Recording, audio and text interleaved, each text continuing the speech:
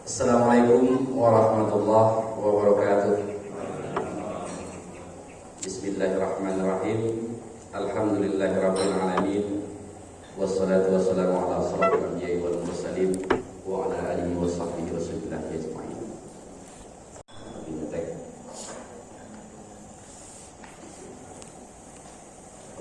Pengembangan strategi Silek Daran Lain.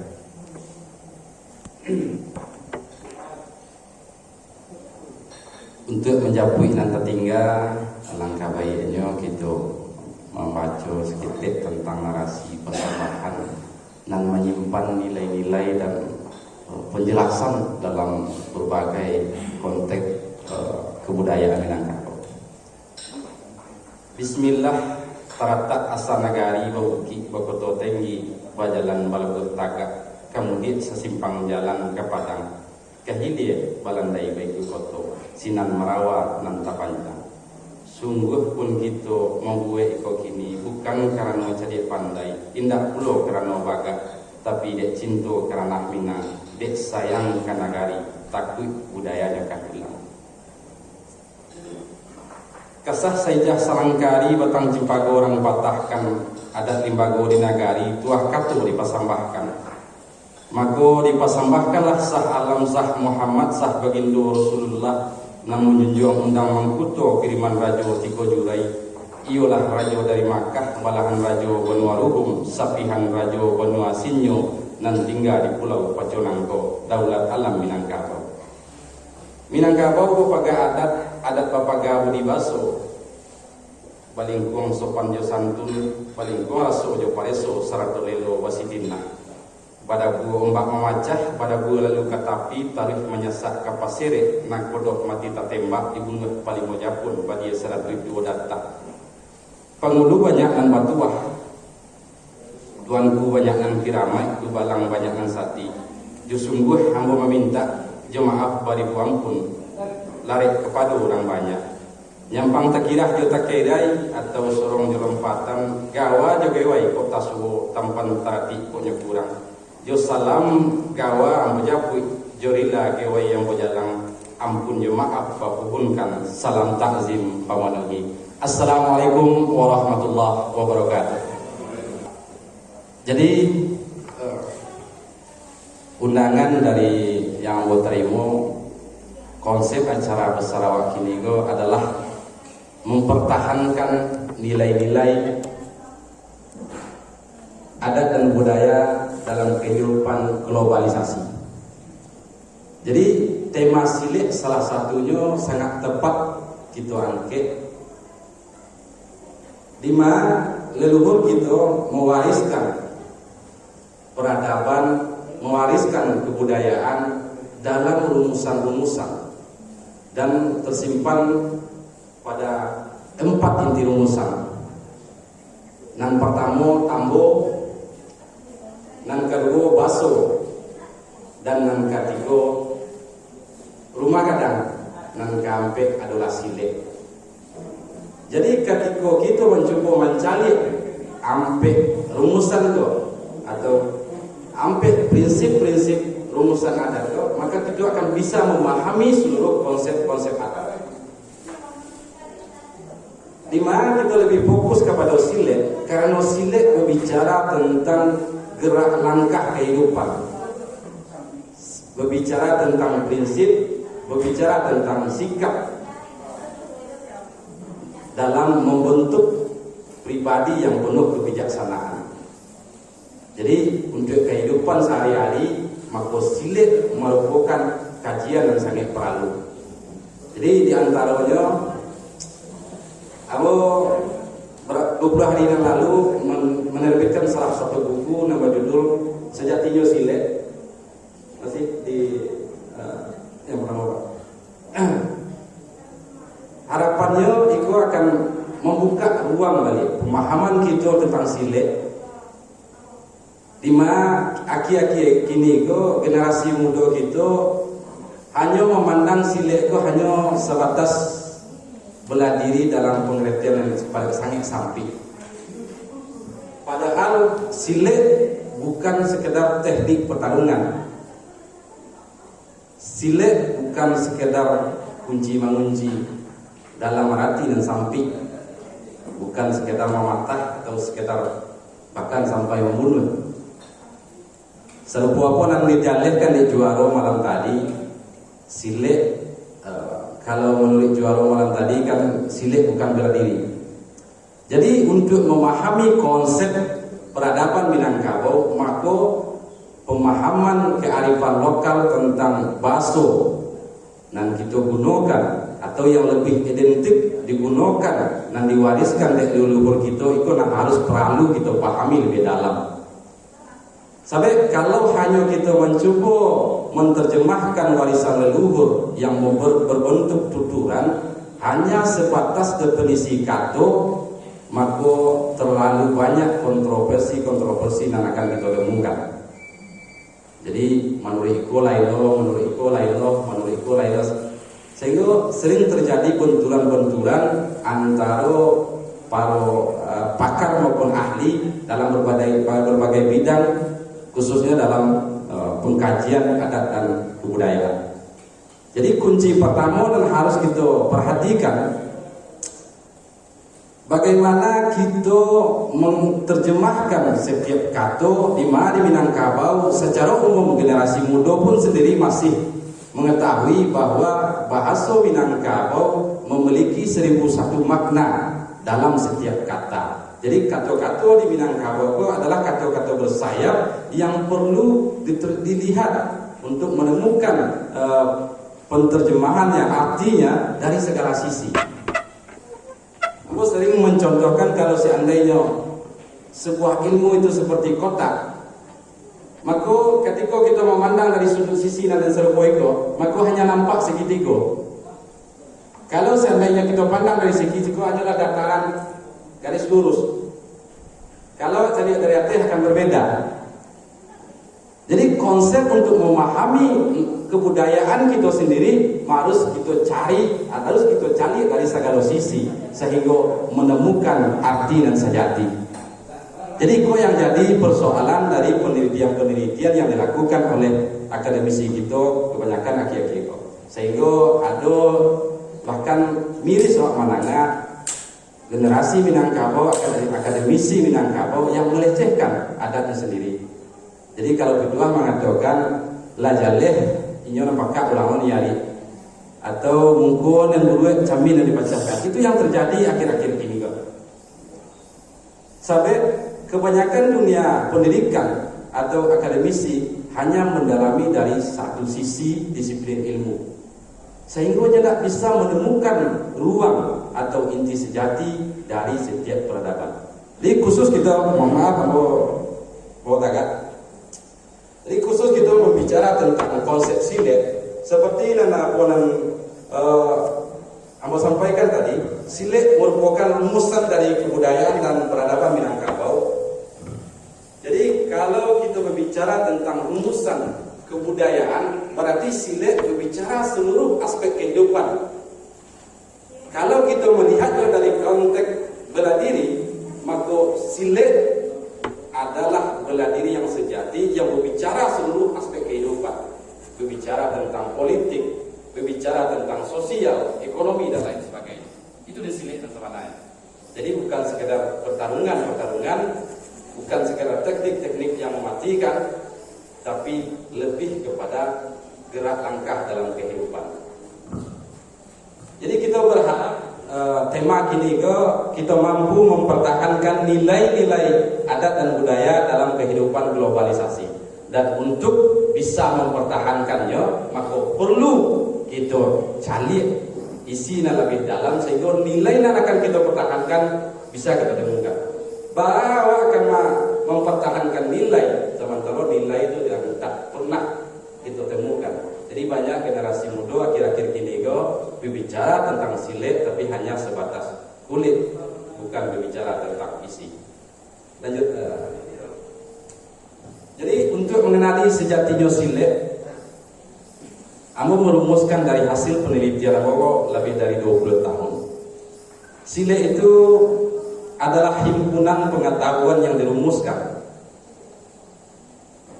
diwujudkan dalam gerak langkah sebagai bayangan kepribadian Minangkabau. Silet adalah himpunan dari seluruh pengetahuan yang dirumuskan, diwujudkan dalam gerak langkah sebagai bayangan kepribadian. Jadi yang pertama yang dapat kita ambil dari kalimat itu, gerak langkah silet bayangan dari kepribadian Minangkabau. Jadi baca asal mematikan gerak langkah siletnya, kunci teknik contoh sudah lah, itulah namanya dari orang tua gitu. Itu baru bayangan dari silet sesungguhnya. Jadi setiap gerak fisik dalam konsep atau konteks bela diri itu baru bayangan. Jadi silet yang sebenarnya, silet yang sebenarnya pada hakikatnya lebih kepada pendalaman dari seluruh konsep ilmu pengetahuan. Keahlian orang leluhur itu adalah menyembunyikan, menyimpan setiap kenyataan dalam bayangan. Jadi menjadikan abstrak pada kenyataan, wujud dalam bayangan. Jadi leluhur itu penuh, warisan itu penuh dengan rumusan-rumusan dan teka-teki.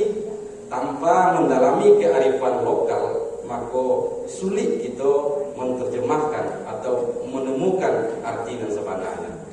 Jadi itu yang terjadi akhir-akhir ini banyak peneliti hanya memandang definisi kato. Sementara di Minangkabau penggunaan kato pun sendiri yang dimana definisinya tidak pernah berubah, tapi ketika disampaikan dalam konteks yang berbeda, maka akan menemukan arti yang berbeda.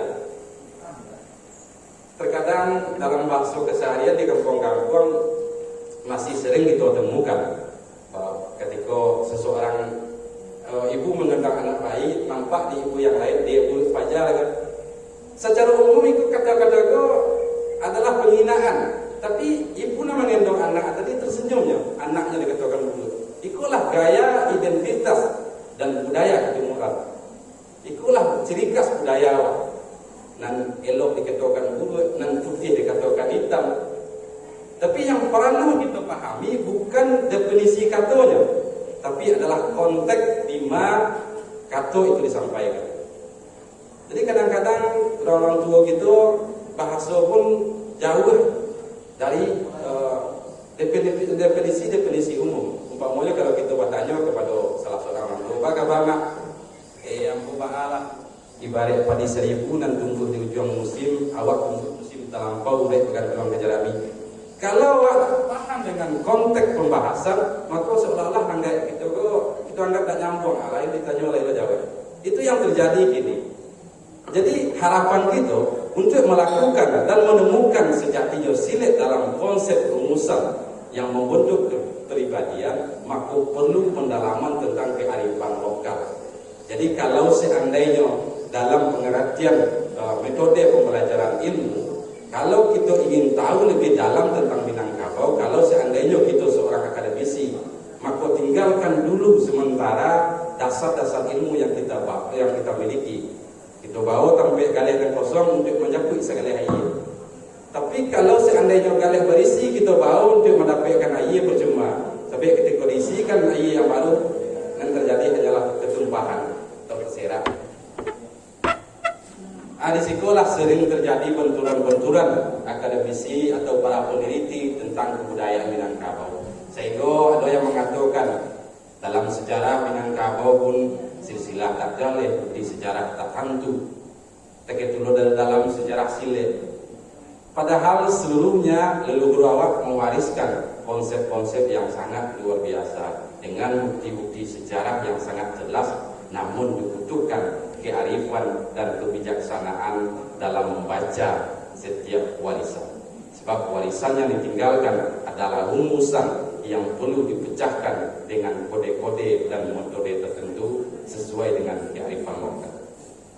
Jadi itu yang kita temukan. Kita hanya mencoba akhir-akhir ini sejak penjajahan yang mengembangkan metode pendidikan formal. Kebanyakan itu hanya mengadopsi pengetahuan-pengetahuan yang dari barat. Sehingga ketika kita coba melakukan penelitian kepada kebudayaan timur, sering terjadi benturan-benturan. Karena pemahaman yang kita miliki hanyalah pemahaman barat, sementara yang akan kita teliti adalah pemahaman timur. Tapi kalau seandainya sama-sama dipahami, maka akan bersuhu titik temu yang sesungguhnya. Jadi, aku berharap generasi muda tanpa mengurangi hormat aku kepada apa-apa angku-angku, ada satu dua generasi muda yang berminat. Jadi silet berbicara bukan sekedar bela diri, tapi berbicara tentang kehidupan. Di mana sejarah mencatat. Dan banyak sebenarnya para tokoh-tokoh itu selain yang tercatat yang dikenal secara umum seperti Buya Hamka yang lulusan surau atau silet, seperti Haji Agus Salim. Buya Hamka dengan basic pembelajaran surau dan siletnya, lahir beliau sebagai wujud ulama. Yang nampaknya ulamanya, tapi dasar di dalamnya beliau menguasai berbagai disiplin ilmu. Agus Salim terkenal dengan diplomasi beliau, tentang politik beliau. Itu yang lebih menonjol daripada beliau. Jadi metode yang dikembangkan di dalam pendidikan tradisional Minangkabau lebih kepada pengembangan bakat dan karakter. Jadi ingin menemukan isi dan atau sejatinya silet, itu harus melihat jauh sebenarnya ke dalam diri orang masing-masing. Sebab yang nampak hanyalah bayangan, setiap gerak langkah hanyalah bayangan kepribadian. Jadi kalau ingin tahu tentang sejatinya silet dan hakikatnya silet dan menemukan nilai-nilainya silet, maka perlu kita jauh lebih dalam. Lanjut. Modern harus dipahami. Untuk memahami silet itu harus menjapui banihan setampang, mengaji dari alif, memilah dari alif. Konsep-konsep itulah diwariskan oleh leluhur kita. Tapi kebanyakan kita selama kurang mengambang dan tarikh. Silet terlalu fokus kita membagi kepada aliran-aliran tanpa melihat batang gadangnya. Dari hasil perjalanan panjangmu menemui lebih dari 202 silet, akhirnya memberikan kesepakatan bahwa tentang langkah 3 mengko disiko sampaikan mauri musan 3-9. Berbicara kita tentang batang atau landasan inti dari silet itu sendiri. Ada langkah 3. Kebanyakan kita hanya berbicara tentang teknik silet dari aliran langkah 3. Lupa kita tentang hakikatnya luhak dan 3. Lupa kita tambah mewariskan kepada kita bahwa luhak dan 3 digambarkan tentang luhak di atas, runggo di tengah dan runggo di bawah. Di mana letaknya sebenarnya antara luhak dalam konsep kajian, bukan dalam konsep kenyataan saya. Kalau luhak dan 3 secara konsep wilayah aja leh. Siko luhak 50 tanah letak agama. Tapi di dalam pembentukan silet sendiri dikenal kita dengan istilah langkah 3. Tapi sayang selama kita hanya memandangnya hanya sebatas aliran. Padahal itu merupakan fungsi inti atau pemahaman inti dari silet. Sebabnya bicara antara 3 runggo di dalam tubuh manusia itu sendiri. Bahkan 2 karena data.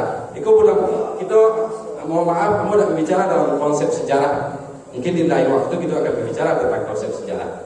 Bahkan pada mau 2 karena data itu sendiri, kalau luhak itu diartikan sebagai kurang, maka kurang tanah data letaknya di atas. Apakah ini ada hubungannya atau apa hubung-hubungkan? Mungkin kita bisa menganalisa lebih dalam. Sebab rungguan di atas itu adalah kapalo yang selalu harus berpikir. Afala tafakkarun, afala yaqilun ya ulil albab, kata Allah. Pikirkan, renungkan. Mangko ada tanah data ini, mangko kurang tanah di data dan ubah atas. Itu konsep dasarnya. Untuk menemukan inti nilai-nilai sebenarnya, maka harus dikurangi 2 data itu sendiri. Dalam arti kata harus banyak berpikir, bergejolak dari runggo dan atas. Sehingga kita menemukan kecerdasan intelektual yang sesungguhnya. Itulah salah satu metode pendidikan yang dikembangkan oleh leluhur kita atau pendidikan tradisional kita. Kemudian ada luar tantangan, dikenal dengan luar agam. Dalam konsep ilmu, yang luar agam itu sendiri adalah ruang rumput di tangan sampai berhimpunnya kecerdasan spiritual itu. Maka ada sebagian orang mengatakan luar agam itu sedang kurang agama. Awak bukan berbicara tentang konsep sejarah, tapi konsep diri yang lebih dalam. Maka dado itu harus diisi dengan agama. Kecerdasan spiritual harus matang.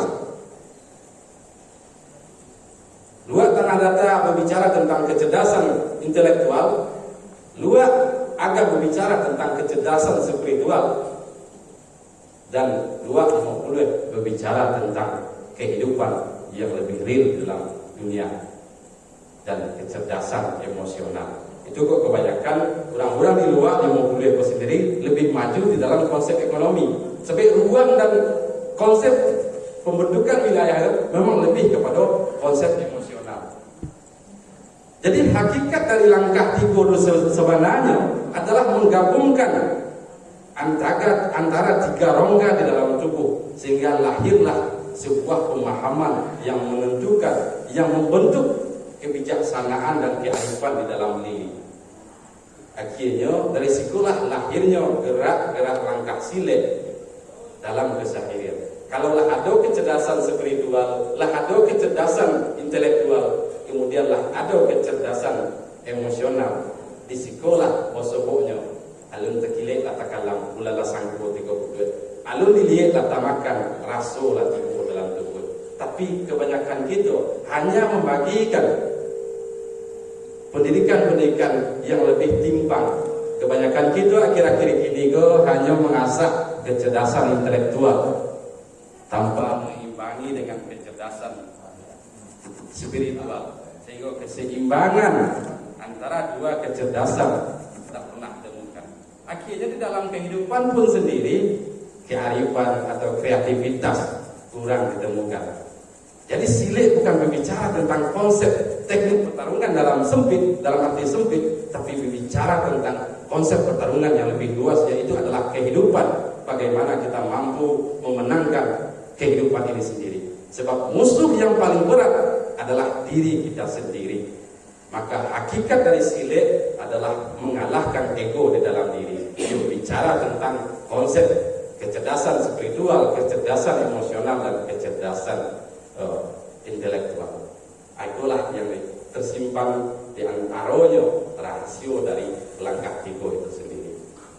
Jadi kita belum bicara tentang alirannya, tapi bagaimana kita menemukan nilai, dan untuk mendapatkan nilai kita harus menjapui kapatang tamu atau kulit tunggang, atau menanam kenal dengan istilah banyak dan setampang. Sawagadang setampang banyak makanan orang tiga luar. Leluhur kita sangat sangat detail mewariskan berbagai rahasia-rahasia. Teman sayang kita dan kurang hari membaca. Di mana sawagadang setampang sebenarnya di Minangkabau lah. Hanya itu dan setampang tu insan satu nyawa serupa. Akulah yang tersirat di dalam rahasia langkah tiga. Bahkan lebih jauh daripada itu, langkah tiga berbicara tentang asal kejadian alam, berbicara tentang tiga martabat kejadian alam, ahdat, wahdat, wahadiyat. Bagaimana alam itu terjadi. Tapi salam moga lebih cenderung, baik itu akademisi maupun peneliti-peneliti yang umum, memandang tanpa hanya sebatas cimeng. Maka selain mempedomani atau mengurai rumusan di kelompok 9, kita perlu mempedomani tambo sebagai rujukan dari setiap kajian. Malangkah kita yang berbicara tentang konsep kejadian alam, di awal pembukaan tambo oleh dikatakan masuk alun barabalun, masuk lawi sesempat jalur tanah darik balu leleba nanti gue gunung Merapi. Kalau kita hanya memandang dari konsep definisi kata, maka cerita gue cemeng. Dan itu yang terjadi. Itu statement-statement yang dikeluarkan oleh para peneliti.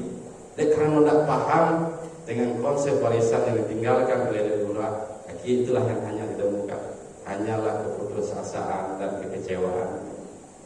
Padahal narasi tentang sama sualun barabalu berbicara tentang kejadian alam semesta.